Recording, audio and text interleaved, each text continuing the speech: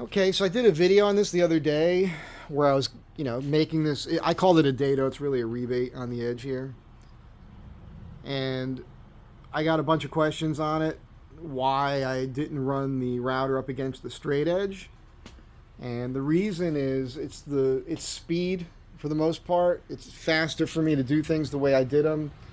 That's white oak. White oak is hard stuff. That grain is something. And I had the bit. It's a 3/4 inch diameter router bit, and it's like a 3/4 inch diameter by like an inch and a half cutting edge. And I had it set to an inch depth. So that allows me to remove a lot of material with it. But the problem is if you were relying on a straight edge, and if that thing it's spinning so fast, if you're relying on that, it could dig in suddenly and whack that straight edge or pull the straight edge out of line, and now your material's ruined. If you want to rely on a straight edge, you should do it incrementally. You should set that bit so it's not so deep and just do multiple passes, and that just takes a lot longer to do.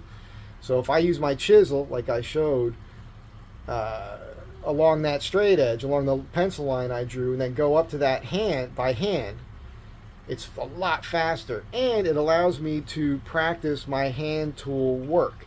If you want to get good with hand tools, you want to get good with chisel work, you have to do it.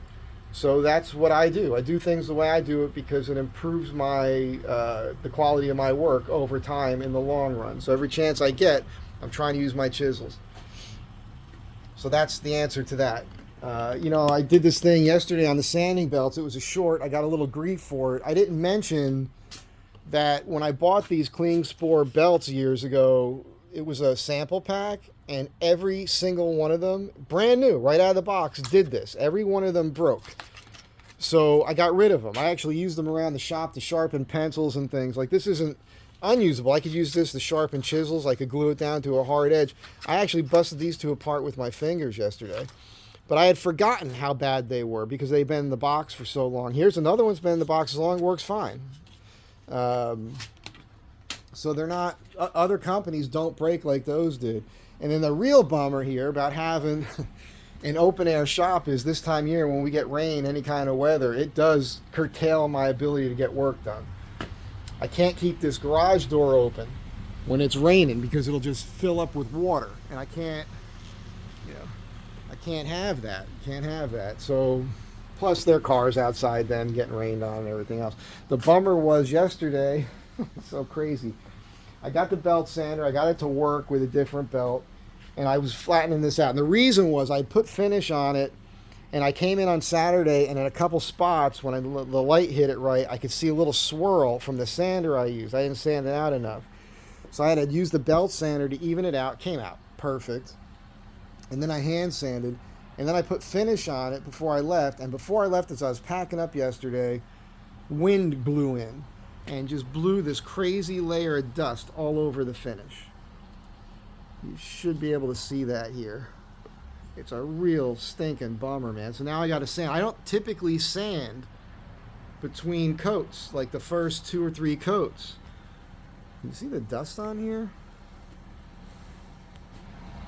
I just realized I was probably too close on all of this.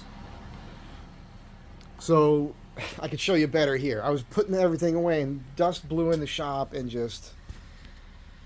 Look at this. This wasn't freshly painted, so I can just...